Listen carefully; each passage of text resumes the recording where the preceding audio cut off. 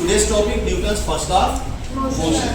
According to this law, that if there is a body which is at rest, it will remain at rest, and if a body is in motion, it will be continue in uniform motion unless and until it is compelled by an external force to change its state of rest or of uniform motion. ठीक है, ऐसे पढ़ने में उतना समझ नहीं आता है, उसको हम करके देखते हैं और फिर समझते हैं, ठीक है नहीं। हमने अगर मान लो ये एक बॉडी है और यहाँ रखी है, is it in motion or in rest? Yes. How long it is going to be in rest? Until an external imbalance. Very good, शाबाश। जैसे इसमें लिखा है कि न्यूटन को पता चला था, हालांकि ये पहले से था, but Newton has observed it and studied it, that's why credit goes to Newton. कि ये बॉडी तब तक अपनी पोजीशन नहीं चेंज करेगी जब तक इस पर कोई बाहर से फोर्स नहीं लगाएगा। अब अगर मैं बाहर से फोर्स लगाता हूँ तो ये मोशन में आ जाएगी, तो फिर according to this law what it should be in motion. पर देखो ना कहाँ मोशन है, जैसे मैं छोड़ता हूँ ये तो मोशन में नहीं, तो रेस्ट में है या नहीं है। तो ऐसा पहले में एरिस्टोटल नाम के और साइंटिस्ट थे जिन्होंने कहा कि to keep a body continue in motion a constant and continuous force is required. अगर इसको मुझे मोशन में रखना है तो कंटिन्यू फोर्स इज रिक्वायर्ड। जैसे मैं छोड़ता हूँ, और आप ध्यान दो, अगर वॉलीबॉल फुटबॉल आप खेलते हो, फुटबॉल को किक मार दे, आप फोर्स लगाए तो छोड़ दिए, तो क्या फुटबॉल वहीं रुक जाती है? मतलब फिर एरिस्टोटल जो कहता है वो भी पूरी तरह सही नहीं है। इज इट और नॉट?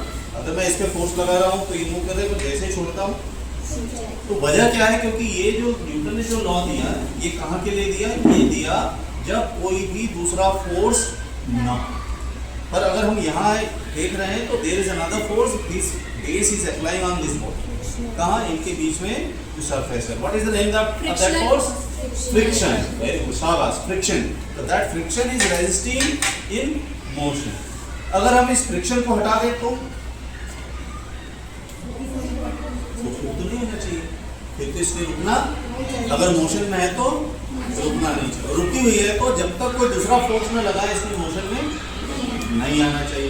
तो हम करके देखते हैं इसको। यहाँ पर हम क्या करते हैं? फ्रिक्शन को रिमूव करने की कोशिश करते हैं। हमने इसको ऑन कर दिया तो फ्रिक्शन रिमूव होता है। अब अगर हम देखें इसको, अब मैं फोर्स लगा रहा हूँ, I have applied one force, but the body is in motion. Now it will be continuing motion. अब रुक रही है क्या? नहीं, it is continuous motion. Getting or not? बहुत बढ़िया, शाबाश। अब अगर मैं इसको यहाँ एक और बॉडी रख दूँ, ये रेस्ट में आ गई। अब ये रेस्ट में आ गई क्यों? क्योंकि इसमें फोर्स लगा है। Now this is going to come in rest. Now this is in rest.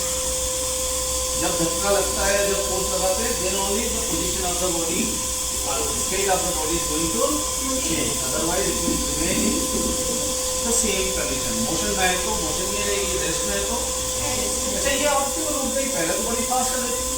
because friction को हम 100% रिमूव, हम सिर्फ उसको क्या कर सकते हैं? रिड्यूस कर सकते हैं। यहाँ हमने क्या कर रखा है?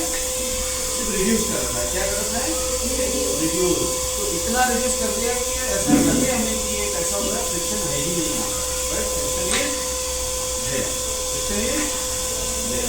अभी गॉट और नॉट समझ में आया? बहुत बढ़िया। तो आज की यही